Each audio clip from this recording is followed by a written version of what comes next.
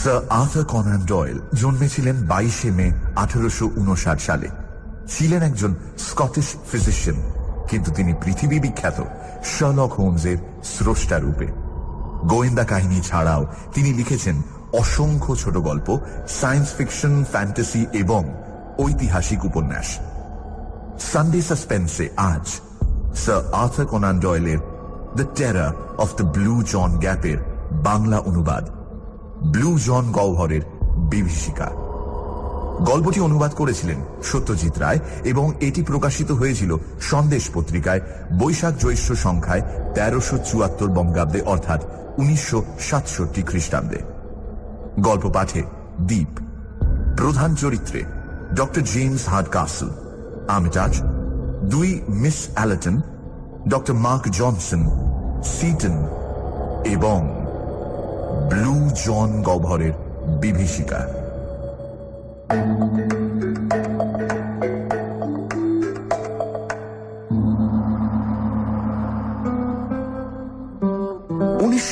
সালের 4 ফেব্রুয়ারি সাউথ কেনজিংটনের 36 নম্বর আপার কাভেন্ট্রি ফ্ল্যাটে যক্ষা রোগে ডক্টর জেমস হার্ডকাসলের মৃত্যুর পর তার কাগজপত্রের মধ্যে নিম্নলিখিত কাহিনীটি পাওয়া যায়। যারা হার্ডকাসলকে ঘনিষ্ঠভাবে চিনতেন তারা এই কাহিনী সম্পর্কে কোনো মন্তব্য না করলেও অন্তত এটুকু এক বাক্যে স্বীকার করেন যে হার্ডকাসল একজন সুস্থ মস্তিষ্কের বৈজ্ঞানিক বুদ্ধিসম্পন্ন লোক ছিলেন। তার পক্ষে নিছক মন গড়া কতগুলো আজগুবি ঘটনাকে বাস্তব বলে প্রতিপন্ন করার চেষ্টা খুবই অস্বাভাবিক ছিল। লেখাটা পাওয়া যায় একটা খামের মধ্যে। তার শিরোনামায় বলা হয়েছে, গত চৈত্র মাসে উত্তর পশ্চিম ডার্বিশায়ারে অ্যালার্টনদের ফার্মের নিকটবর্তী স্থানের একটি ঘটনার সংক্ষিপ্ত বিবরণ। বন্ধ খামের পেছনে ছিল পেন্সিলে লেখা এই চিঠি: প্রিয় সিটন, শুনে আঘাত পাবে কিনা জানি না। আমার কাহিনী তুমি অবিশ্বাস করার ফলে আমি সে বিষয়ে আজ পর্যন্ত আর কারুর কাছে কোনো উল্লেখ করিনি। হয়তোবা আমার মৃত্যুর পর শেষ পর্যন্ত কোনো অপরিচিত ব্যক্তি এই কাহিনীর উপযুক্ত মর্যাদা দেবে, যে মর্যাদা থেকে আমার বন্ধু আমায় বঞ্চিত করেছিল। এই সিটন ব্যক্তিটি যে কে সেটা অনুসন্ধান করেও জানা যায়নি।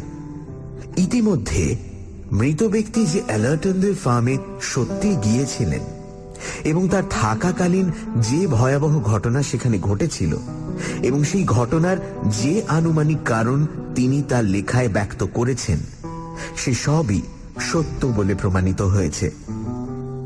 এই সামান্য ভূমিকাটুকু দিয়ে ডায়েরির আকারে বর্ণিত হার্ডকাসলের বিচিত্র কাহিনীটি অবিকলভাবে নিচে উদ্ধৃত করা হল।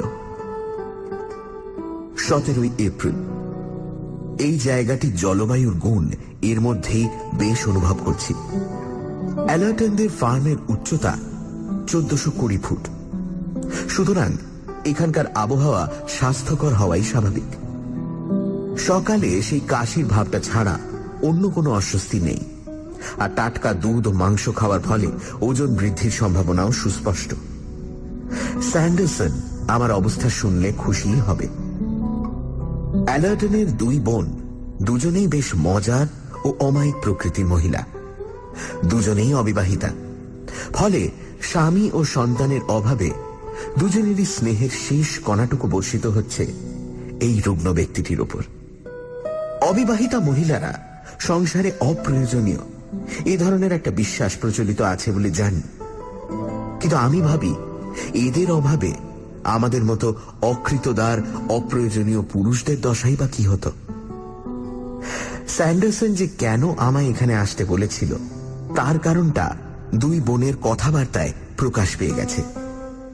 আসলে আজ অধ্যাপকের আসনে প্রতিষ্ঠিত হলেও স্যান্ডারসনের জীবনের শুরু হয়েছিল এই গ্রাম্য পরিবেশেই। হয়তো ছেলেবেলায় সে এই খামারেরই আশেপাশে কাকচড়ুই দাঁড়িয়ে বেড়াত। অসমতল উপত্যকার মাঝখানে অবস্থিত এই গ্রামটি ভারী নির্জন, নিস্তব্ধ। এই পথঘাটগুলি ছবির মতো সুন্দর। দুপাশে খাড়াই উঠে গেছে লাইমস্টোনের পাহাড়। এই পাহাড়ের পাথর এতই নরম যে হাতের চাপে আলগা হয়ে খসে আসে। এখানকার জমির ভেতরটা মনে হলো ফাঁপা। একটা অতিকায় হাতুড়ি দিয়ে যদি এই জমির ওপর ঘা দেওয়া যায় তাহলে বোধহয় তা থেকে গুরুগম্ভীর জয় ঢাকের মতো শব্দ বেরোবে। তেমন জোরে ঘা দিলে হয়তোবা জমি ধসে গিয়ে ভূগর্ভস্থিত কোনো বিশাল সমুদ্রের সন্ধান মিলবে। এসব পাহাড়ের ভেতরে জলাশয়ের অস্তিত্ব মোটেই অসম্ভব নয়, কারণ বাইরে থেকে পরিষ্কার দেখা যায় অজস্র জলধারা পাহাড়ের গা বেয়ে নেমে নানান ফাটলের মধ্যে দিয়ে আবার পাহাড়েরই ভেতরে গিয়ে ঢুকছে। এমন বড় বড় ফাটলও কিছু রয়েছে যার মধ্যে দিয়ে কিছু দূর অগ্রসর হলে মনে হয় যেন আঁকা বাঁকা সুড়ঙ্গ পথ দিয়ে তারা সোজা একেবারে পৃথিবীর অন্তঃস্থলে গিয়ে পৌঁছেছে। আমার সাইকেলের ল্যাম্পটা হাতে নিয়ে এসব গহ্বরের আনাচে কানাচে ঘোরাফেরা করে আমি গভীর আনন্দ পাই। গহ্বরের ছাতে আলো ফেলে দেখা যায় স্ট্যালাকটাইটের কালোর ফাঁকে ফাঁকে রূপলির ঝলমলানি। আলো নেবালে দুর্ভেদ্য অন্ধকার, জ্বালালে আরব্যোপন্যাসের মায়াপুরীর বর্ণচ্ছটা। এইসব ফাটলের মধ্যে একটির বিশেষত্ব হলো এই যে সেটা মানুষের কীর্তি, প্রকৃতির নয়। ব্লু জনের কথা আমি এখানে আসার আগে শুনিনি। এক জাতীয় নীল রঙের খনিজ পদার্থের নাম হলো ব্লু জন। এই ধাতু এতই দুষ্প্রাপ্য যে এর তৈরি একটি ফুলদানি বিক্রি হয় আগুনের দামে।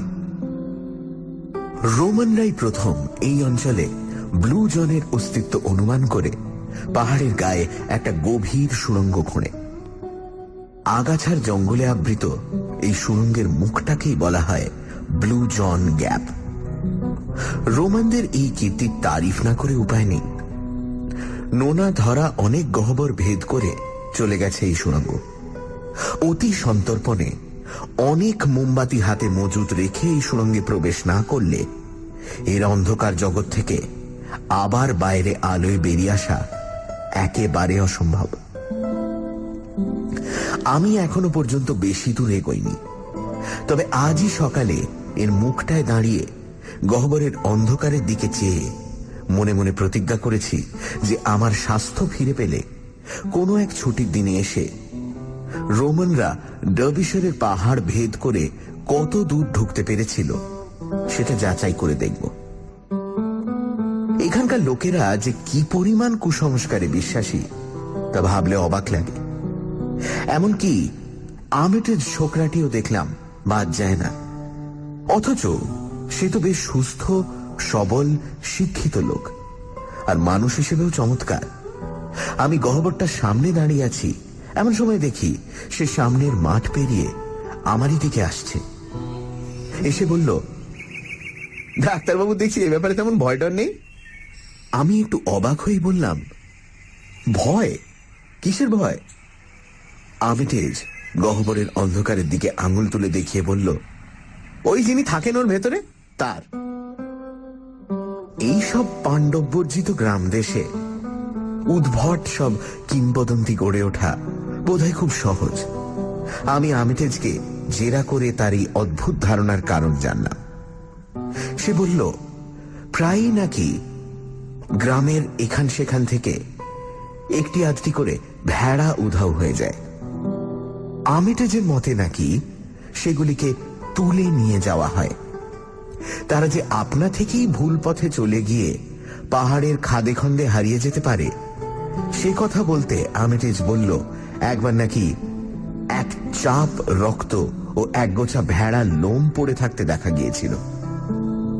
এই ঘটনারও যে একটা অত্যন্ত সাধারণ কারণ থাকতে পারে সেটা বলতে আর্মিটেজ পাল্টা জবাব দিল যে ভেড়াগুলো উধাও হয় নাকি কেবলমাত্র অমাবস্যার রাত্রে। তাতে আমি বললাম, এইসব অঞ্চলে যদি ভেড়া চোর থেকে থাকে তাহলে তারা তাদের কাজের জন্য যে অমাবস্যার রাতটাই বেছে নেবে তাতে আর আশ্চর্য কি? জবাবে আর্মিটেজ বলল, একবার নাকি দেখা গিয়েছিল গ্রামের একটি পাঁচিলের গা থেকে কে জানি বড় বড় পাথরের ইট সরিয়ে সেগুলোকে বহু দূর ছড়িয়ে ফেলে রেখে এসেছে। আমার মতে এই কাজও অবশ্যই মানুষের অসাধ্য নয়, কিন্তু সবশেষে আর্মিটেজ একটা তুরুপ মেরে বসল। সে বলল সে নাকি এই অদৃশ্য প্রাণীটির গর্জন শুনতে পেয়েছে। গহ্বরের মুখে এক টানা কিছুক্ষণ দাঁড়িয়ে থাকলেই নাকি সে শব্দ শুনতে পাওয়া যায়, আর বহু দূর থেকে এলেও সে শব্দের জোর নাকি সহজেই অনুমান করা যায়। কথাটা শুনে আমি না হেসে পারলাম না। আমি জানতাম যে পাহাড়ের ভেতর যদি জল চলাচল করে তাহলে লাইমস্টোনের ফাঁকে ফাঁকে সেই জলপ্রবাহের শব্দ প্রতিধ্বনিত হয়ে বাইরে থেকে গর্জনের মতো শোনানো কিছুই আশ্চর্য নয়। এভাবে বারবার তার কথার প্রতিবাদ করায় আমি শেষ পর্যন্ত বিরক্ত হয়ে আমায় ছেড়ে চলে গেল। আর তার পর মুহূর্তেই ঘটল এক আশ্চর্য ঘটনা। আমি গহ্বরের মুখটায় দাঁড়িয়ে আর্মিটেজের কথাগুলো কত সহজে হেসে উড়িয়ে দেওয়া গেল তাই ভাবছি। এমন সময় সত্যি গহ্বরের ভেতর থেকে এলো এক অদ্ভুত শব্দ। সে শব্দের সঠিক বর্ণনা দেব কি করে? প্রথমত শুনে মনে হলো সেটা আসছে বহু দূর থেকে, যেন পৃথিবীর একেবারে গভীরে অবস্থিত কোনো জায়গা থেকে। কিন্তু দূর থেকে এলেও শব্দটা রীতিমতো জোরে। জলধারা বা পাথর গড়িয়ে পড়া থেকে যে শব্দ হয় এটা সে জাতের নয়। এই যেন এক তীব্র তীক্ষ্ণ রেশাধ্বনির মতো। এই আশ্চর্য অভিজ্ঞতার ফলে কিছুক্ষণের জন্য আর্মিটেজের কথাগুলো আমাকে নতুন করে ভাবিয়ে তুলল। আমি আরো প্রায় ঘন্টাখানেক গহ্বরের মুখে দাঁড়িয়ে রইলাম, কিন্তু দ্বিতীয়বার আর সে শব্দ শোনা গেল না। বাড়ি ফিরলাম মনে গভীর বিস্ময়ের ভাব নিয়ে। আর্মিটেজের কথায় আমল দেবার কোনো প্রশ্নই ওঠে না, কিন্তু এটা অস্বীকার করা চলে না যে যে শব্দটা আমি নিজের কানে শুনেছি সেটা ভারী অদ্ভুত। এখনো লিখতে লিখতে যেন কানে সেই শব্দটা শুনতে পাচ্ছি। সানডে সাসপেন্স, শুধুমাত্র রেডিও মির্চি 98.3 FM এ। It's hot. গল্পের পরবর্তী অংশ ব্রেকের পর।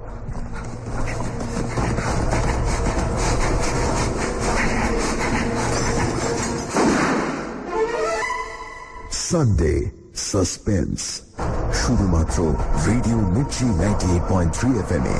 It's hot. সানডে সাসপেন্সে আজ সত্যজিৎ রায়ের অনুবাদ স্যার আর্থার কোনান ডয়েলের ব্লু জন গহ্বরের বিভীষিকা। ডক্টর জেমস হার্ডকাসলের ডায়েরির পাতা থেকে এই কাহিনীটি জানা যায়। ডক্টর হার্ডকাসল শরীর সারাতে ডার্বিশায়ারে অ্যালিটনদের ফার্মে এসেছিলেন। সুন্দর প্রাকৃতিক পরিবেশ ছাড়াও জায়গাটির বিশেষত্ব পাহাড়ের মধ্যে লাইমস্টোনের গুহা, তার মধ্যে বিশেষ দ্রষ্টব্য নীল খনিজ পদার্থের গহ্বর ব্লু জন গ্যাপ। স্থানীয় বাসিন্দা আর্মিটাজের সঙ্গে কথা বলে ডক্টর হার্ডকাসল জানতে পারলেন ব্লু জন গ্যাপের মধ্যে থেকে নাকি একটি অদৃশ্য প্রাণীর গর্জন শোনা যায়। অমাবস্যার রাতে গ্রাম থেকে উধাও হয়ে যায় ভেড়া। ডক্টর হার্ডকাসলের কাছে এ সমস্ত কথা কুসংস্কার বা আজগুবি লাগলেও তিনি নিজে গহ্বরের সামনে দাঁড়িয়ে শুনলেন ভয়ঙ্কর একটা ডাক।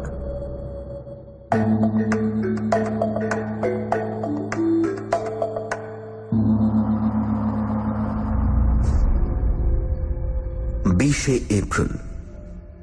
গত 3 দিনে আমি বার কয়েক ব্লু জন গ্যাপের দিকে গিয়েছি, এমনকি সুড়ঙ্গের ভেতরেও কিছু দূর অগ্রসর হয়েছি, কিন্তু আমার ল্যাম্পের আলো যথেষ্ট জোরালো না হওয়ায় বেশি দূর যেতে সাহস পাইনি।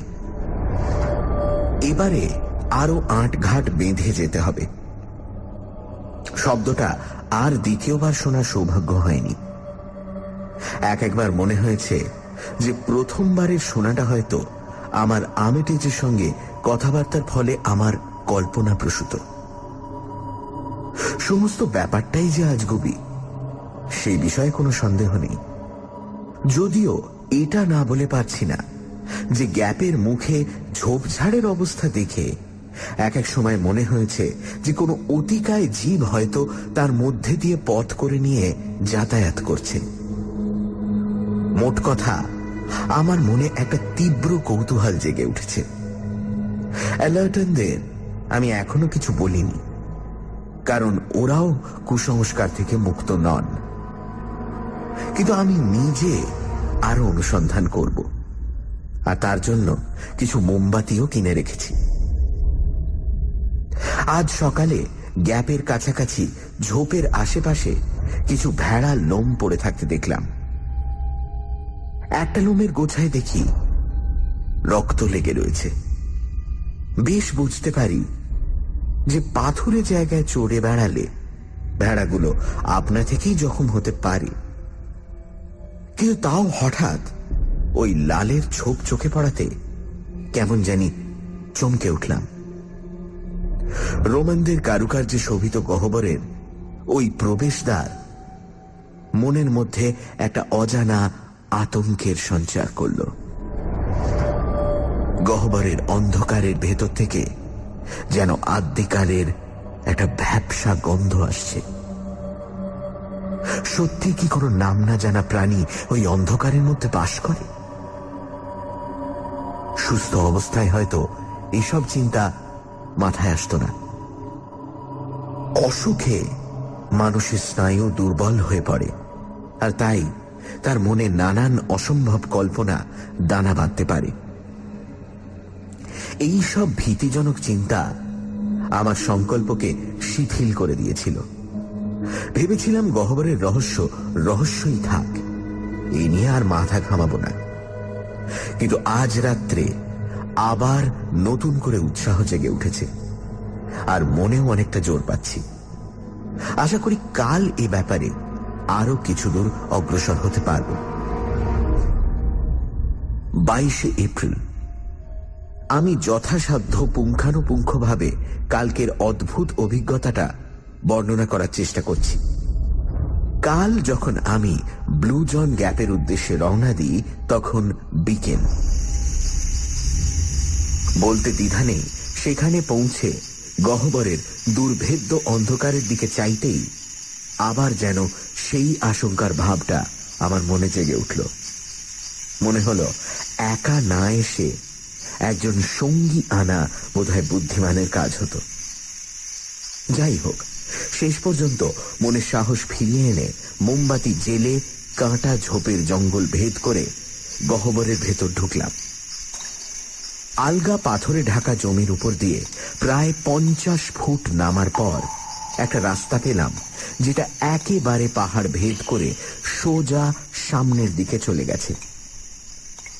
যদিও আমি জিওলজিস্ট নই, তবু এটুকু বুঝতে পারলাম যে এই পাথর লাইমস্টোনের চেয়ে অনেক বেশি শক্ত জাতের কোনো পাথর, কারণ এর গায়ে প্রাচীন শাবলের দাগ রয়েছে।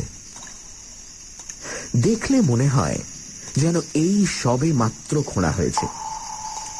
আমি কোনো মতে হোঁচট খেতে খেতে এই প্রাচীন পাথরের সুড়ঙ্গের মধ্যে দিয়ে এগিয়ে চললাম।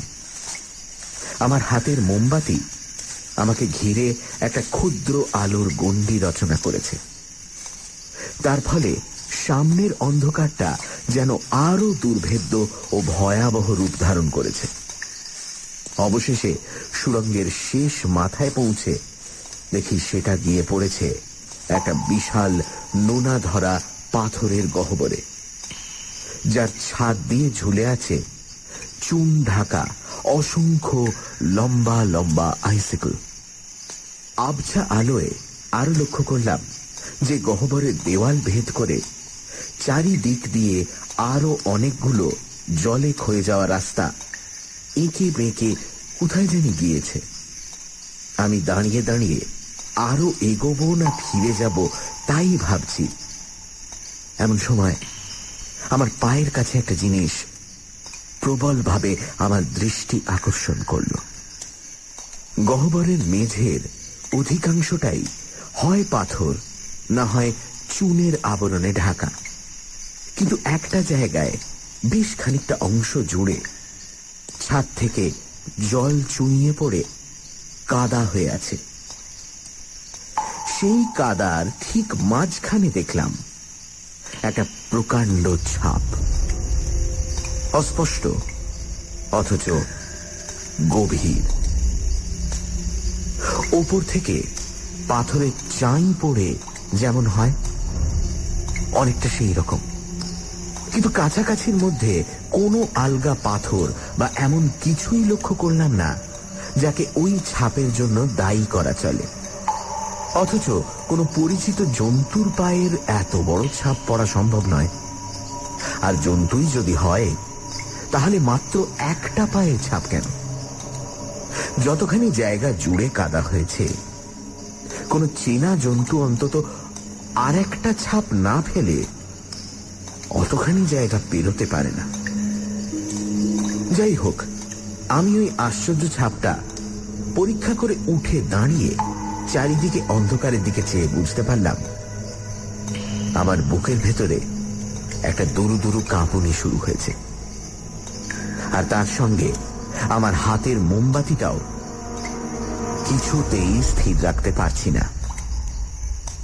অবশেষে নিজের মনকে বোঝালাম যে অত বড় ছাপ যখন কোনো পরিচিত জানোয়ারের হতে পারে না, এমনকি হাতিরও না, তখন এই ধরনের অমূলক কল্পনাকে প্রশ্রয় দেওয়া মানে আমার কাজের ব্যাঘাত ঘটানো ছাড়া আর কিছুই নয়। আরো এগোনোর আগে আমি একবার যে সুড়ঙ্গটা দিয়ে গহ্বরে এসে পৌঁছেছি তার মুখের চেহারাটা ভালো করে দেখে চিনে রাখলাম। এই কাজটা খুবই দরকারি, কারণ এটা ছাড়া আরো অনেকগুলো রাস্তা গহ্বরের থেকে বেরিয়েছে।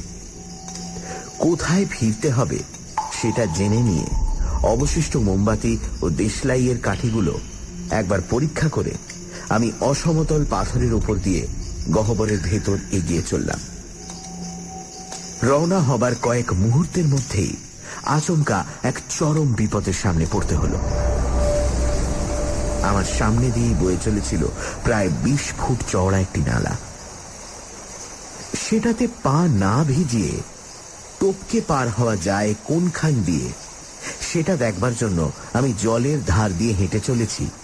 এমন সময় নালার ওপর একটা পাথরের ঢিপি চোখে পড়ল। আন্দাজে মনে হলো এক লাফে সেই ঢিপিটার ওপর পৌঁছানো যায়, কিন্তু পাথরের তলার দিকটা জলে ক্ষয়ে যাওয়ার ফলে সেটার উপর লাফ দিয়ে পড়তেই সেটা কাঠ হয়ে আমায় ফেলে দিল একেবারে বরফের মতো ঠান্ডা নালার জলে। মোমবাতিটা নিভে গেল সঙ্গে সঙ্গে, আর আমি ঘুটঘুটে অন্ধকারে জলের মধ্যে পড়ে অসহায়ভাবে এই দিক ওদিক হাতড়াতে লাগলাম। শেষটায় কোন রকমে দাঁড়িয়ে উঠে নিজের গোয়ার তুমির কথা ভেবে ভয়ের চেয়ে হাসি পেল বেশি। জ্বলন্ত মোমবাতিটা অবশ্য জলে পড়ে খোয়া গেছে, কিন্তু আমার পকেটে রয়েছে আরো দুটো, কাজে চিন্তা নেই। একটা মোমবাতি বার করে সেটা জ্বালাতে গিয়ে বুঝতে পারলাম বিপদটা কোথায়। জলে পড়ার ফলে আমার দেশলাইয়ের বাক্সটা ভিজে একেবারে সপসপে হয়ে গিয়েছে, ফলে সেটাতে আর কোনো কাজই হবে না। এবার সত্যি করেই আমার রক্ত হিম হয়ে এলো। অন্ধকারের নমুনাটাও এবার বেশ বুঝতে পারলাম। চারিদিক থেকে সে অন্ধকার যেন আমায় ঘিরে চেপে ধরে রয়েছে। হাত দিয়ে যেন সে অন্ধকারের ঘনত্ব অনুভব করা যায়। আমি কোনো রকমে নিজেকে সংযত করার চেষ্টা করলাম। গহ্বরের কোন দিকে কি আছে সেটা প্রাণপণে মনে করার চেষ্টা করলাম, কিন্তু সেই চেষ্টাও বৃথা। কারণ চিনে রাখার মতো যা কিছু দেখে রেখেছিলাম তা সবই দেওয়ালের উপর দিকে, সুতরাং মেঝে হাতড়ে কোনো ফলই হবে না। তাও হয়তো দেওয়ালের গায়ে হাত বুলিয়ে সাবধানে এগোলে পর আবার রোমান সুড়ঙ্গর মুখটায় পৌঁছানো যেতে পারে এই মনে করে আমি এক পা দুপা করে দেওয়ালের দিক আন্দাজ করে এগোতে লাগলাম। অচিরেই বুঝতে পারলাম এই চেষ্টায় কোনো ফল হবে না। ওই বেয়াড়া অন্ধকারে 10-12 পা হাঁটার পরেই বুঝলাম যে এ অবস্থায় দিকবিদিক জ্ঞান বজায় রাখা অসম্ভব।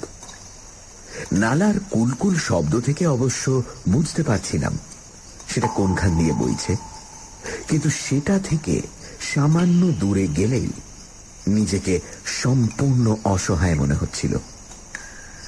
বুঝলাম এই অবস্থায় গহ্বর থেকে বেরোনোর কোনো উপায় নেই। আমি আবার সেই পাথরটার উপর বসে আমার শোচনীয় অবস্থা সম্বন্ধে ভাবতে আরম্ভ করলাম। আমি যে ব্লুজন গহ্বর অভিযানের উদ্দেশ্যে বেরিয়েছিলাম সে কথা আমি কাউকে বলিনি। সুতরাং আমি হারিয়ে গেলেও আমাকে খুঁজতে কোনো সার্চ পার্টি যে এদিকে আসবে এমন কোনো আশা নেই। একমাত্র নিজের উপস্থিত বুদ্ধি ছাড়া আমার আর কোনো অবলম্বন নেই। মুক্তির উপায় যেটা রয়েছে সেটা হলো কোনো এক পন্থা বার করে দেশলাইগুলোকে শুকিয়ে নেওয়া। আমি যখন জলে পড়েছিলাম তখন আমার শরীরের একটা দিকই ভিজেছিল, বাঁ দিকের কাঁধটা জলের উপরে ছিল। আমি দেশলাইয়ের বাক্সটা বার করে সেটাকে আমার বাঁ বগলের তলায় চেপে বসে রইলাম। শরীরের উত্তাপ সেটাকে শুকোনোর কাজে নিশ্চয়ই কিছুটা সাহায্য করবে, তবে কমপক্ষে ঘন্টা খানেকের আগে মোমবাতি জ্বালানোর কোনো সম্ভাবনা নেই এবং এই ঘন্টা খানেক চুপচাপ বসে থাকা ছাড়া আর কোনো গতি নেই।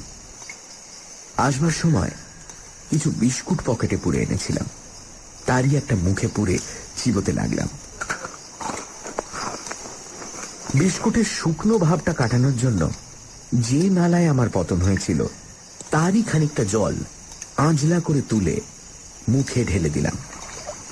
খাওয়া শেষ হলে পর নিজের শরীরটাকে ঢিপির উপর একটু এদিক ওদিক নেড়ে ঠেস দেওয়ার একটা জায়গা বার করে পা ছড়িয়ে চিত হয়ে শুয়ে পড়লাম। গহ্বরের স্যাঁতস্যাঁতে ঠান্ডাটা বেশ তীব্রভাবেই অনুভব করছিলাম, কিন্তু মনকে বোঝালাম যে আধুনিক চিকিৎসকদের মতে আমার যে রোগ তাতে জানলা খুলে শোয়া এবং শীত গ্রীষ্ম নির্বিশেষে প্রাকৃতিক পরিবেশে বিচরণ এই দুটোর কোনোটাই নিষিদ্ধ নয়। ক্রমে গহ্বরের দুর্ভেদ্য অন্ধকার ও নালার একঘেয়ে কুলকুলানি আমাকে তন্দ্রাচ্ছন্ন করে ফেলল। কতক্ষণ এইভাবে ছিলাম জানি না, ঘণ্টাখানেক কিংবা হয়তো তারও কিছু বেশি হবে। এমন সময় হঠাৎ আমাকে সম্পূর্ণ সজাগ হয়ে ঢিপির উপর সোজা হয়ে উঠে বসতে হলো। আমার কানে একটা শব্দ এসেছে, সেটা নালার শব্দর চেয়ে একেবারে আলাদা। শব্দটা এখন আর নেই, কিন্তু তার প্রতিধ্বনি এখনো আমার কানে বাজছে।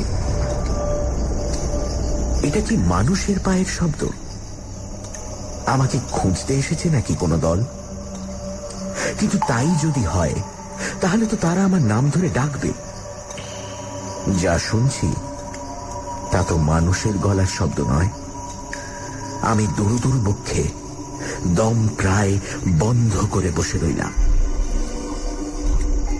ওই যে আবার সেই শব্দ, ওই আবার। এবার আর থামা নেই, এক টানা শব্দ আসছে, কোন জানোয়ারের পদক্ষেপের শব্দ। তুম তুম তুম তুম। কি বিশাল এই পদধ্বনি! জানোয়ারটি যে আয়তনে বিরাট তাতে কোনো সন্দেহ নেই, কিন্তু মনে হয় পায়ের তেলোগুলো নরম হওয়ার ফলে শব্দটা খানিকটা চাপা। এই অন্ধকারেও সেই পদক্ষেপে বিন্দু মাত্র ইতস্তত ভাব নেই। আর এতেও কোনো সন্দেহ নেই যে সেটা আমার দিকেই আসছে। পায়ের আওয়াজ শুনতে শুনতে আমার গায়ের রক্ত হিম হয়ে এলো। কোনো অজ্ঞাত প্রাণী অন্ধকারের বাধা অগ্রাহ্য করে এগিয়ে আসছে। আমি পাথরের ওপর শটান শুয়ে পড়ে নিজেকে যথাসম্ভব অদৃশ্য করে ফেলার চেষ্টা করলাম।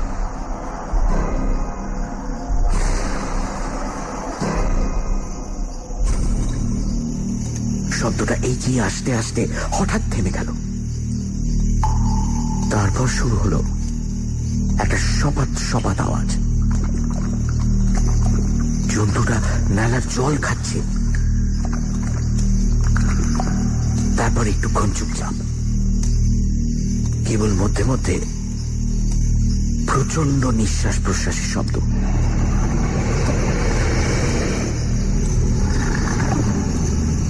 ও নাক টেনে গন্ধ শোকার শব্দ।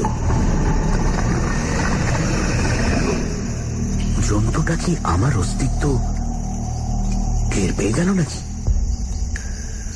আমার নিজের নাক তখন একটা বিশ্রী বুনো গন্ধে ভরে আছে। তারপর আবার শুরু হলো পায়ের শব্দ, আর সেটা যে নালার এদিকে, আমার কাছেই। আমার হাত কয়েকের মধ্যে কিছু আলগা পাথর খড়বড় করে উঠল। আমি নিঃশ্বাস বন্ধ করে পাথরের ওপর ঘাপটি মেরে বসে রইলাম। তারপর শুনলাম পায়ের শব্দ পিছিয়ে যাচ্ছে। জলের ছপছপানি শুনে বুঝলাম জন্তুটা নালা পেরিয়ে উল্টো দিকে চলে যাচ্ছে। ক্রমে যেদিক দিয়ে শব্দটা এসেছিল সেই দিকেই আবার সেটা মিলিয়ে গেল। আমি বেশ কিছুক্ষণ পাথরের উপর পড়ে রইলাম। ভয়ে নড়বার শক্তি ছিল না। শব্দটার কথা বারবার মনে পড়তে লাগলো, আর আর্মিটেজের আতঙ্কের কথা, আর নরম কাদার উপর সেই বিরাট পায়ের ছাপের কথা। এখন আর কোনো সন্দেহ নেই যে এই পাহাড়ের এই গহ্বরে কোনো এক নাম না জানা ভয়াবহ অতিকায় প্রাণী বাস করছে।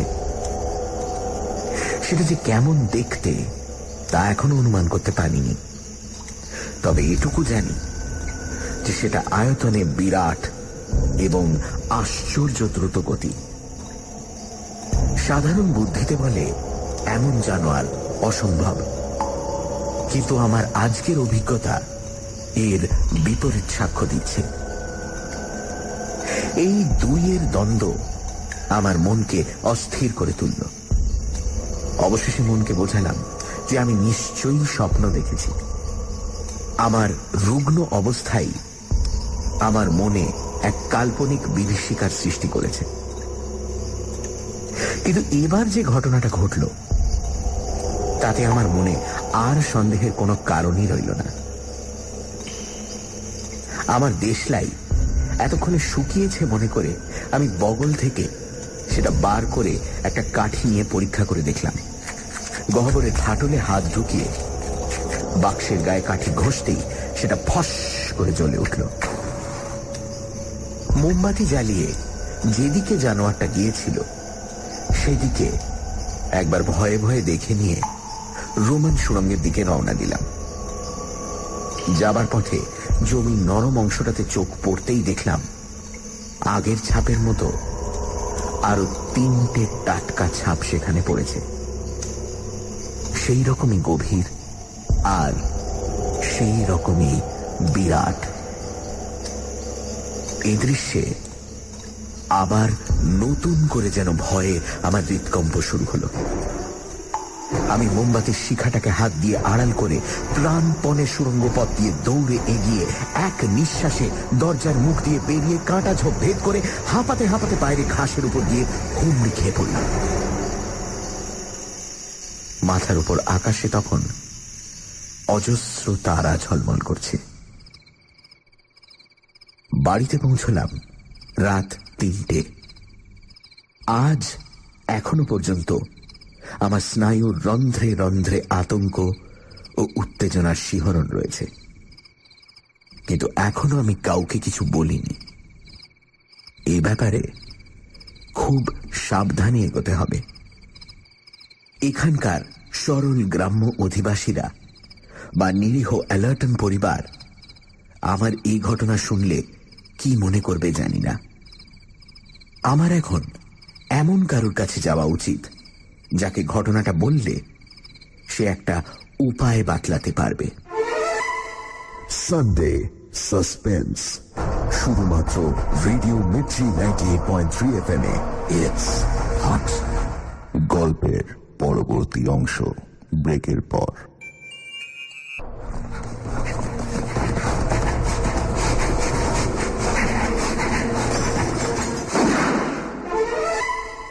সানডে সাসপেন্স, শুধুমাত্র রেডিও মির্চি 98.3 FM এ। It's hot.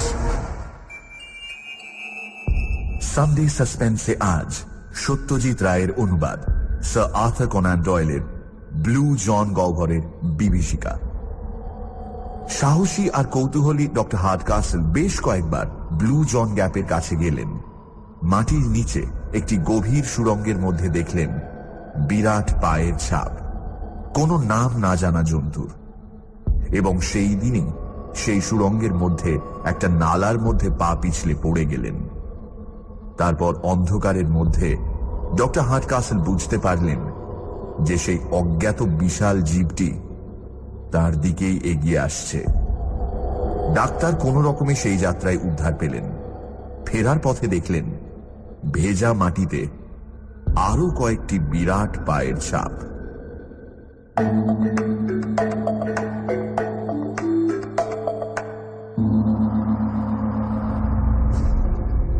25শে এপ্রিল। গহ্বরের অভিজ্ঞতার পর 2 দিন আমি শয্যাশায়ী ছিলাম।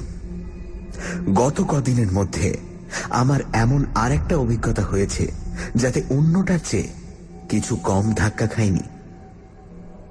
আগেই বলেছি আমি এমন একজনের অনুসন্ধান করছিলাম যে আমাকে কিছুটা পরামর্শ দিতে পারবে। এখান থেকে কয়েক মাইল দূরে মার্ক জনসন বলে এক ডাক্তার থাকেন। প্রফেসর স্যান্ডারসন এই ডাক্তারটির সঙ্গে পরিচয় করিয়ে একটি চিঠি আমাকে দিয়ে দিয়েছিলেন। আমি একটু সুস্থ হয়ে ভদ্রলোকের সঙ্গে দেখা করে তাঁকে ঘটনাটা খুলে বললাম। তিনি মনোযোগ সহকারে সবকিছু শোনার পর আমার স্নায়বিক প্রতিক্রিয়া ও আমার চোখের মনি খুব ভালো করে পরীক্ষা করে দেখলেন। দেখা শেষ হলে পর তিনি কোনো আলোচনার দিকে না গিয়ে সোজাসুজি বললেন যে আমার ব্যাপারটা সম্পূর্ণ তার আওতার বাইরে। তবে কাসলটনে মিস্টার পিকটন বলে এক ভদ্রলোক থাকেন, তার সঙ্গে দেখা করে আমার ঘটনাটা তাকে আদ্যোপান্ত জানানো দরকার। তিনি নাকি একমাত্র ব্যক্তি যিনি আমাকে এই ব্যাপারে সাহায্য করতে পারেন। অগত্যা স্টেশন থেকে 10 মাইল দূরে একটা ছোট্ট শহরে গিয়ে হাজির হতে হলো। শহরের এক প্রান্তে একটা সম্ভ্রান্ত অট্টালিকার সামনে গেটের গায়ে পেতলের ফলকে পিকটনের নাম দেখে বুঝলাম তিনি এখানকার একজন গণ্যমান্য ব্যক্তি। দরজার বেলটা টেপার সময় মনে কেমন জানি একটা খটকা লাগলো। কাছাকাছি একটা দোকানে গিয়ে মালিককে পিকটন সাহেব সম্বন্ধে জিজ্ঞেস করায় তিনি একগাল হেসে বললেন, সে কি জানেন না, উনি যে তল্লাটে সবচেয়ে নাম করা মাথার ব্যামোর ডাক্তার, ওই তোর পাগলা গারদ। বলা বাহুল্য আমি আর এক মুহূর্ত সেখানে না থেকে সোজা আমার গ্রামে ফিরে এলাম। চুলোয় যাক এসব পণ্ডিত লোক, এরা যেন এদের জ্ঞানের সংকীর্ণ গণ্ডির বাইরে কোনো কিছুই স্বীকার করতে চান না। অবশ্যই এখন ঠান্ডা মাথায় বুঝতে পারছি যে আমি আর্মিটেজের সঙ্গে যে ব্যবহার করেছি, জনসনও আমার সঙ্গে ঠিক সেই একই ব্যবহার করেছেন। 27শে এপ্রিল। ছাত্রাবস্থায় সাহস ও উদ্যমের জন্য আমার বেশ খ্যাতি ছিল। একবার কোল্ট ব্রিজের এক হানাবাড়িতে রাত কাটাবার কথা উঠলে আমি প্রথমে এগিয়ে গিয়েছিলাম। এখন আমার বয়স ৩৫। তাহলে কি বয়স বাড়ার ফলেই আমার সাহস কমেছে, নাকি আমার রোগী এর কারণ? গহ্বর ও তার অধিবাসীর কথা ভাবলে এখনো আমার মনে আতঙ্ক উপস্থিত হয়। এই অবস্থায় কি করা যায়, এই প্রশ্ন প্রতি মুহূর্তেই আমাকে ভাবিয়ে তুলছে। কাউকে কিছু না বলে যদি চুপচাপ বসে থাকি, তাহলে হয়তো গহ্বরের রহস্য চিরকাল রহস্যই থেকে যাবে। আবার যদি সকলের কাছে সবকিছু প্রকাশ করে ফেলি, তাহলে হয়তো সারা গ্রাম জুড়ে একেবারে আতঙ্কের বন্যা বয়ে যাবে। আর না হয়তো এরা আমাকে পাগল ভেবে সেই গারদেই চালান দেবে। সবচেয়ে ভালো পন্থা বোধ হয় আরো কিছুদিন অপেক্ষা করে আরো ভালোভাবে আঁটঘাট বেঁধে আর একবার গহ্বর অভিযান। আমি এর মধ্যেই কাসলটনে গিয়ে কিছু প্রয়োজনীয় জিনিস সংগ্রহ করে এনেছি। তার মধ্যে প্রধান হল একটা অ্যাসিটিলিন ল্যাম্প ও একটা দোনলা বন্দুক। দ্বিতীয়টা অবশ্য ধার করতে হয়েছে, তবে 1 ডজন ভালো কার্তুজ আমি নিজে পয়সা খরচ করে কিনেছি। যা আছে তাতে একটা আস্ত গন্ডার অনায়াসে ধরাশায়ী করা চলে। মোট কথা, আমার গুহাবাসী বন্ধুটির সঙ্গে সাক্ষাতের জন্য আমি প্রস্তুত। কিছুটা স্বাস্থ্যোন্নতি ও আরো খানিকটা মনের জোর পেলেই আমি যুদ্ধং দেহি বলে বেরিয়ে পড়ব। কিন্তু আপাতত এই জানোয়ারটি ঠিক কোন জাতের, সেই প্রশ্নে আমার ঘুম নষ্ট হতে চলেছে। একের পর এক নানান জবাব আমি নিজেই বাতিল করে দিয়েছি। ভেবে ভেবে কোনো কুল কিনারা পাচ্ছি না। এটা যে একটা রক্ত মাংসের জ্যান্ত জানোয়ার, সেটা তো তার চিৎকার আর তার পায়ের ছাপ থেকেই প্রমাণ হয়। তাহলে কি হিংস্র ড্রাগন জাতীয় যেসব প্রাণীর কথা আমরা রূপকথায় পড়েছি, সেগুলো আসলে কাল্পনিক নয়? তাদের খানিকটা অংশ কি আসলে সত্যি? এবং সেই সত্যটুকু প্রমাণ করার ভার কি শেষটায় আমার উপর পড়ল? 3রা মে। কদিন যাবৎ এখানকার বসন্তকালের খামখেয়ালি আবহাওয়াটা আমাকে বেশ কাবু করেছে। আর এই কদিনের ভেতরই এমন কিছু উদ্ভট ঘটনা ঘটেছে যার তাৎপর্য কেবল আমিই বুঝি। রাতগুলো মেঘলা হওয়ায় 3 দিন চাঁদের আলো ছিল না। এর আগে ঠিক এমন রাত্রেই একটা ভেড়া উধাও হয়েছে। গত কয়েক রাত্রেও ভেড়া লোপ পেয়েছে। অ্যালার্টনদের 2টি, ক্যাটওয়াকের বুড়ো পিয়ারসনের 1টি ও মিসেস মুলটনের 1টি। 3 রাত্রে 4টি ভেড়া উধাও। কোনো চিহ্নই পাওয়া যায়নি সেগুলোর। ফলে চতুর্দিকে নানান রকম গুজব রটছে। কেউ বলে এটা ভেড়া চোরের কাজ, কেউ বলে আশেপাশে নাকি বেদেরা আস্তানা গেড়েছে। এ হলো তাদেরই কীর্তি। কিন্তু এর চেয়েও গুরুতর একটা ঘটনা ঘটেছে গত কদিনের মধ্যে। আর্মিটেজ নিখোঁজ। গত বুধবার রাত্রে সে নাকি তার বাড়ি থেকে বেরিয়েছিল। তারপর থেকে তার আর খোঁজ পাওয়া যায়নি। আর্মিটেজের আত্মীয় স্বজন নেই, তাই তার অন্তর্ধান তেমন একটা চাঞ্চল্যের সৃষ্টি করল না। লোকে বলছে সে নাকি অনেক টাকা ধারত, তাই অন্য কোনো জায়গায় চাকরি নিয়ে চলে গেছে। সেখান থেকে কদিনের মধ্যেই হয়তো তার জিনিসপত্র চেয়ে পাঠাবে। আমার নিজের কিন্তু অন্যরকম আশঙ্কা হচ্ছে। আমার বিশ্বাস ভেড়া চুরির ব্যাপারটার কোন একটা বিহিত করতে গিয়েই সে প্রাণ হারিয়েছে।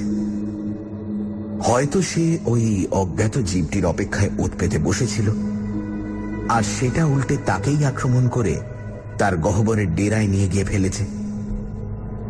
20 শতাব্দীতে ইংল্যান্ডের মতো সভ্য দেশে এ ধরনের ঘটনা ভাবতেও অবাক লাগে, যদিও আমার মতে এটা মোটেই অসম্ভব নয়। আর সত্যি যদি তাই হয়, তাহলে কি আমার এ ব্যাপারে একটা দায়িত্ব নেই? আমি যখন এত দূরই জেনেছি, তখন আমার কর্তব্য এটার একটা প্রতিকারের চেষ্টা করা, সম্ভব হলে নিজেই। আজকের একটা ঘটনার পর আমি স্থির করেছি নিজেই এ ব্যাপারে একটা কিছু করব। সকালে স্থানীয় পুলিশ স্টেশনে গিয়েছিলাম। ইন্সপেক্টর সাহেব গম্ভীরভাবে আমার বক্তব্য একটা মোটা খাতায় তুলে নিয়ে আমাকে নমস্কার করে বিদায় দিলেন। বাইরে বেরোতে না বেরোতে শুনতে পেলাম তার অট্টহাসি। বুঝতে পারলাম তিনি তার সাঙ্গপাঙ্গদের কাছে আমার কাহিনীটা বেশ রসিয়ে পুনরাবৃত্তি করছেন। ঠিক 1.5 মাস পর আমার খাটে বালিশের ওপর পিঠ দিয়ে বসে আমি আমার ডায়েরি লিখছি। শরীর ও মন বিপর্যস্ত, বিহ্বল হয়ে আছে। যে সংকটের সামনে পড়তে হয়েছিল, আর কোনো মানুষের ভাগ্যে তেমন হয়েছে কিনা জানি না, কিন্তু আমার উদ্দেশ্য সফল হয়েছে। ব্লু জন গ্যাপের বিভীষিকা চিরকালের মতো বিদায় হয়েছে। জনসাধারণের মঙ্গলের জন্য আমার মতো রুগ্ন ব্যক্তির পক্ষেও কিছু করা সম্ভব হয়েছে। এইবারে যথাসম্ভব পরিষ্কারভাবে যা ঘটেছিল তার বিবরণ দিই। 3রা মের রাতটা ছিল অন্ধকার ও মেঘাচ্ছন্ন, ঠিক যেমন রাত্রে নাম না জানা জানোয়ারটা হানা দিতে বেরোয়। রাত 11টায় হাতে লণ্ঠন ও বন্দুক নিয়ে আমি বাড়ি থেকে রওনা দিলাম। যাওয়ার আগে টেবিলের ওপর একটা কাগজে লিখে রেখে গেলাম যে আমি যদি না ফিরি, তাহলে যেন ব্লু জন গ্যাপের আশেপাশে আমার অনুসন্ধান করা হয়। রোমান সুড়ঙ্গের মুখটাতে পৌঁছে কাছাকাছি একটা পাথরের ঢিপি বেছে নিয়ে লণ্ঠনের ঢাকনাটা বন্ধ করে হাতে বন্দুক নিয়ে ঢিপিটার উপর ঘাপটি মেরে বসে রইলাম। এই বসে থাকার যেন আর শেষ নেই। উপত্যকার চারিদিকে টিমটিম করছে কৃষকদের বাড়ির বাতিগুলি। দূর থেকে ঘন্টায় ঘন্টায় ভেসে আসছে চ্যাপেল লিডেল গির্জার ঘড়ির ঢং ঢং শব্দ। আশেপাশে অন্য লোকজন যে রয়েছে, তার চিহ্নগুলো যেন আমার একাকিত্বকে আরো করুণ ও দুর্বিষহ করে তুলছিল। এক এক সময় মনে হচ্ছিল আমার অভিযানে জলাঞ্জলি দিয়ে সব ছেড়ে ছুড়ে বাড়ি ফিরে যাই। কিন্তু মানুষের মনে আত্মসম্মান বোধটা এত গভীর ও বদ্ধমূল যে একটা কোনো সংকল্প নিয়ে একবার অগ্রসর হলে মাঝপথে ফিরে আসা ভারী মুশকিল। সেই কারণেই সেদিন আমি গহ্বরের মুখ থেকে ফিরে আসতে পারিনি। আর যাই হোক, আমি কাপুরুষ এই অপবাদ আমাকে কেউ দিতে পারবে না। দূরের গির্জার ঘড়িতে 12টা বাজল, তারপর 1টা, তারপর 2টো। এই সময়টা অন্ধকার সবচেয়ে গভীর। তারাহীন আকাশের নিচ দিয়ে মেঘ ভেসে চলেছে। পাহাড়ের ফাটলে কোথায় যেন একটা পেঁচা ডেকে উঠল। এছাড়া শুধু ঝিরঝিরে হাওয়ার শব্দ, আর সব চুপ। এমন সময় হঠাৎ কানে এলো এক পরিচিত আওয়াজ, আর তার সঙ্গে পায়ের ধাক্কায় পাথর গড়িয়ে যাওয়ার শব্দ। ক্রমে এদিকে আসছে শব্দটা, কাছে, আরো কাছে। এবার সুড়ঙ্গের মুখের ঝোপঝাড় খচমচ করে উঠল। পর মুহূর্তেই আবছা অন্ধকারের ভেতর দিয়ে সৃষ্টি ছাড়া নাম না জানা অতিকায় কি যেন একটা প্রায় নিঃশব্দে দ্রুত পদে গুহা থেকে বেরিয়ে আমার ঠিক পাশ দিয়ে গিয়ে রাতের অন্ধকারে মিলিয়ে গেল। ভয়ে আমার নিঃশ্বাস বন্ধ হয়ে আসার উপক্রম। বুঝতে পারলাম এতক্ষণ অপেক্ষা করার সত্ত্বেও আমার মনটা এই অপ্রত্যাশিত ও ভয়ঙ্কর অভিজ্ঞতার জন্য মোটেও প্রস্তুত ছিল না। এবার আমার সমস্ত সাহস সঞ্চয় করে জানোয়ারটার ফেরার অপেক্ষায় বসে রইলাম। গহ্বরের বাইরের শান্তিময় নিরুদ্বেগ পরিবেশ থেকে বোঝবার কোনো উপায় নেই যে এক বিপুল বিদঘটে প্রাণী এই সবে মাত্র সেখানে হানা দিতে বেরিয়েছে।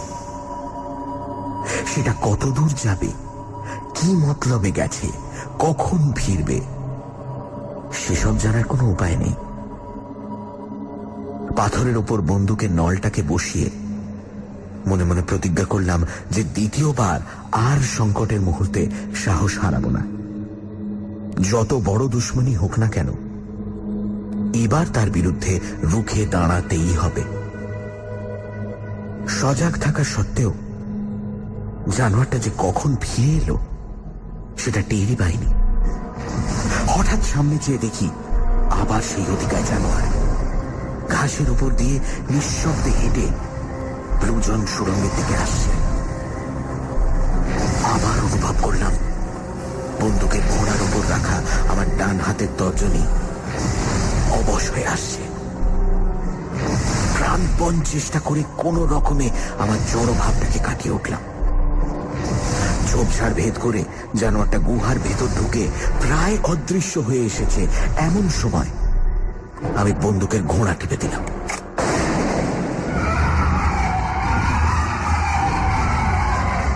বারুদের ঝলসানিতে মুহূর্তের জন্য দেখতে পেলাম একটা প্রকাণ্ড লোমশ ছাই রঙের জানোয়ার নিচের দিকের রংটা ফিকে হয়ে এসেছে। বেঁটে বেঁটে বাঁকানো পায়ের উপর তার আলিশান শরীরটাকে এগিয়ে নিয়ে চলেছে। এক ঝলকের দেখা, আর তারপরেই শুনলাম খড়বড় শব্দ। আলগা পাথরের উপর দিয়ে নেমে জানোয়ারটা চলেছে তার গর্তের দিকে। আমার মাথায় হঠাৎ খুন চাপল। ভয় ডর সব দূর করে দিয়ে এক লাফে পাথরের উপর থেকে নেমে বন্দুক ও লণ্ঠন হাতে সুড়ঙ্গের ভিতর দিয়ে ছুটে চললাম জানোয়ারটার উদ্দেশ্যে।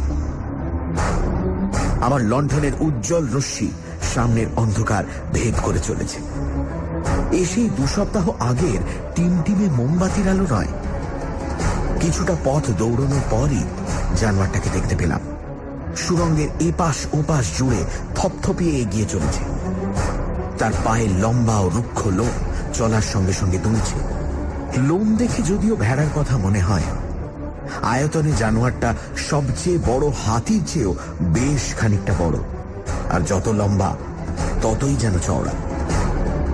পাহাড়ের সুড়ঙ্গের ভেতর দিয়ে এই বিরাট বিভৎস জানোয়ারের পেছনে ধাওয়া করার সাহস আমি কোথা থেকে পেলাম জানি না।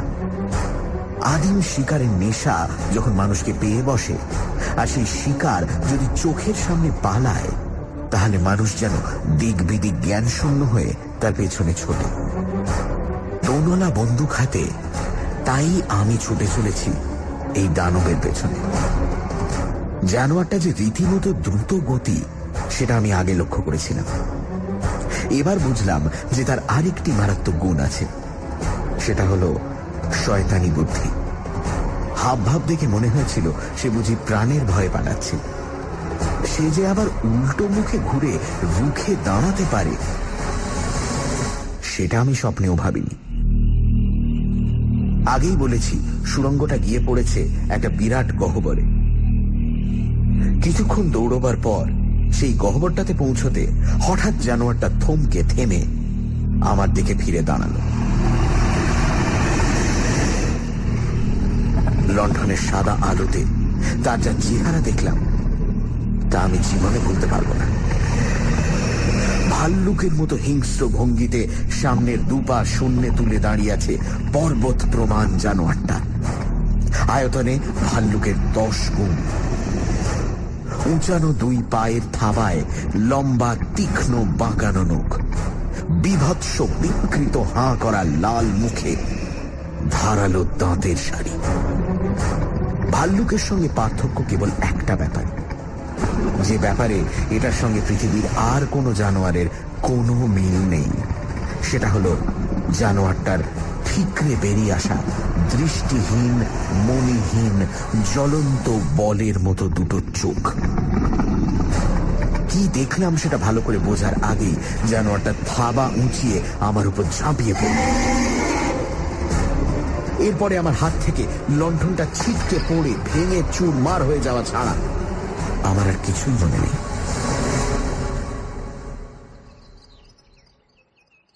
যখন জ্ঞান হলো তখন দেখি আমি অ্যালার্টনদের বাড়িতে আমার খাটের ওপর শুয়ে আছি। ব্লু জন গ্যাপের ঘটনাটার পর 2 দিন কেটে গেছে। মাথায় চোট লেগে অজ্ঞান হয়ে বাঁ পায়ের হাড় ও পাঁজরের 2টো হাড় ভাঙা অবস্থায় আমি সারা রাত ওই গুহার মধ্যেই পড়েছিলাম। পরদিন সকালে আমার লেখা চিঠি পেয়ে জোনা 10 চাষা দল করে গিয়ে আমায় খুঁজে বার করে বাড়িতে ফিরিয়ে নিয়ে এসেছে। সেই থেকে সমানে নাকি আমি প্রলাপ বকছি। জানোয়ার জাতীয় কিছুই নাকি এদের চোখে পড়েনি। আমার বন্দুকের গুলি যে কোনো প্রাণীকে জখম করেছে তার প্রমাণ হিসেবে কোনো রক্তর চিহ্ন নাকি এরা দেখতে পায়নি। আমার নিজের অবস্থা এবং জমিতে কিছু অস্পষ্ট দাগ ছাড়া আমার কাহিনীর সত্যতা প্রমাণ করার মতো কিছুই নাকি পাওয়া যায়নি।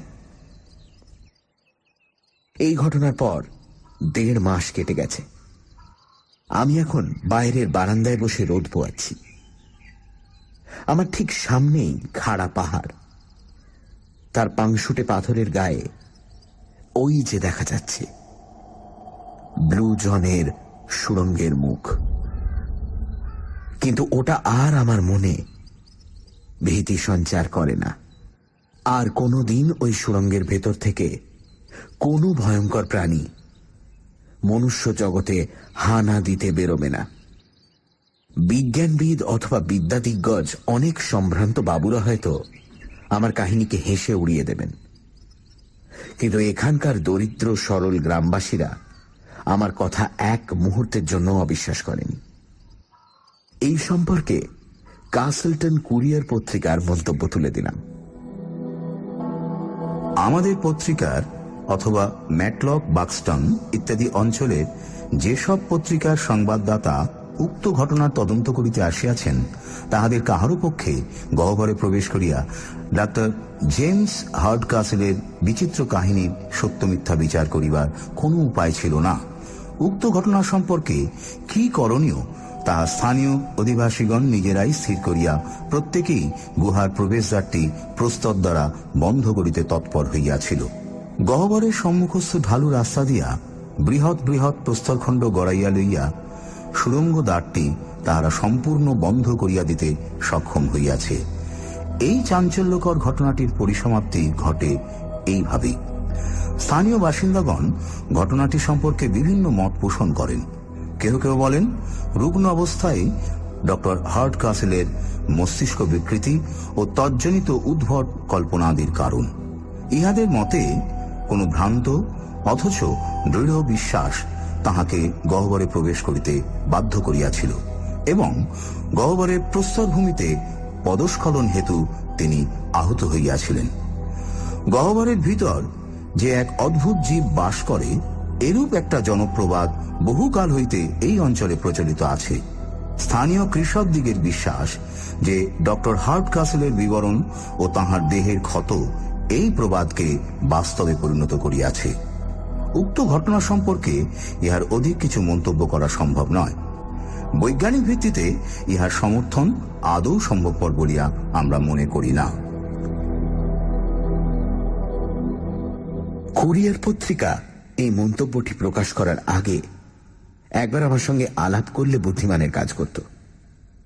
আমি অনেক ভেবে ঘটনাটার একটা বৈজ্ঞানিক কারণ অনুমান করে এর অবিশ্বাস্যতা খানিকটা দূর করেছি।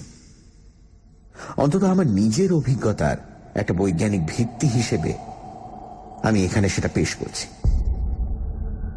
আমার মতে ইংল্যান্ডের এইসব অঞ্চলে ভূগর্ভে বিস্তীর্ণ জলাশয় আছে। পাহাড়ের ফাটল দিয়ে বাইরের জলস্রোত ভিতরে ঢুকেই এইসব জলাশয়ের সৃষ্টি করেছে। জলাশয় থাকলেই বাষ্পের উদ্ভব হবে এবং বাষ্প থেকে বৃষ্টি ও বৃষ্টি থেকে উদ্ভিদের জন্ম সম্ভব। পৃথিবীর আদি যুগে হয়তো এই ভূগর্ভ জগতের সঙ্গে বাইরের জগতের একটা যোগাযোগ ছিল এবং সেই অবস্থায় হয়তো বাইরের জগতের গাছপালার কিছু বীজ ও তার সঙ্গে কোনো কোনো প্রাগৈতিহাসিক প্রাণী এই ভূগর্ভ জগতে এসে পড়েছিল। এই সব প্রাণীদেরই একটির বংশধর হয়তো এই জানোয়ার, যাকে দেখে মনে হয় আদিম ভাল্লুকের এক বর্ধিত সংস্করণ। লক্ষ লক্ষ বছর ধরে হয়তো এই ভূগর্ভ জগৎ আমাদের পরিচিত জগতের পাশাপাশি একই সঙ্গে অবস্থান করেছে। রোমান সুড়ঙ্গটি খোঁড়ার সময় হয়তো এই ভূগর্ভ জগতের কোনো প্রাণী বাইরের জগতের সন্ধান পায়। অন্ধকারবাসী অন্য সব প্রাণীর মতোই এও দৃষ্টিশক্তিহীন জীব, অথচ অন্য সব ইন্দ্রিয় এতই সজাগ যে চোখের অভাব পূরণ হয়ে যায়। না হলে সে ভেড়ার সন্ধান পায় কি করে? এরা যে কেবল অন্ধকার রাত্রে চলাফেরা করে তার কারণ বোধ হয় মনির অভাবে আলো সহ্য হয় না। আমার লণ্ঠনই হয়তো চরম সংকটের মুহূর্তে আমার প্রাণ রক্ষা করেছিল, অন্তত আমার তাই বিশ্বাস। এসব তথ্য আমি লিখে গেলাম আপনাদের বিবেচনার জন্য। একে সমর্থন করা সম্ভব কিনা তা আপনারা বিচার করে দেখবেন। যদি মনে হয় সবটাই অবিশ্বাস্য, তাহলেও আমার কিছু বলার নেই। মূল ঘটনা আপনাদের বিশ্বাস অবিশ্বাসের অনেক ঊর্ধ্বে। আর আমার ব্যক্তিগত মতামতের প্রশ্ন যদি তোলেন, তাহলে বলবো যে তারও আর বিশেষ কোনো মূল্য নেই, কারণ আমার কাজ ফুরিয়ে এলো।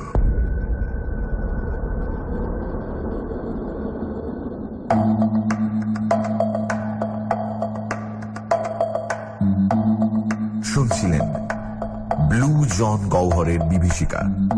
মূল রচনা স্যার আর্থার কনান ডয়েলের the terror of the blue John gap. অনুবাদ সত্যজিৎ রায়। গল্প পাঠে দীপ। পত্রিকার রিপোর্টার শঙ্করী প্রসাদ মিত্র। গল্পের সূত্রধার মীর। শব্দগ্রহণ, আবহ সঙ্গীত এবং স্পেশাল এফেক্টসে রিচার্ড। পরিকল্পনা ও পরিচালনায় ইন্দ্রাণী।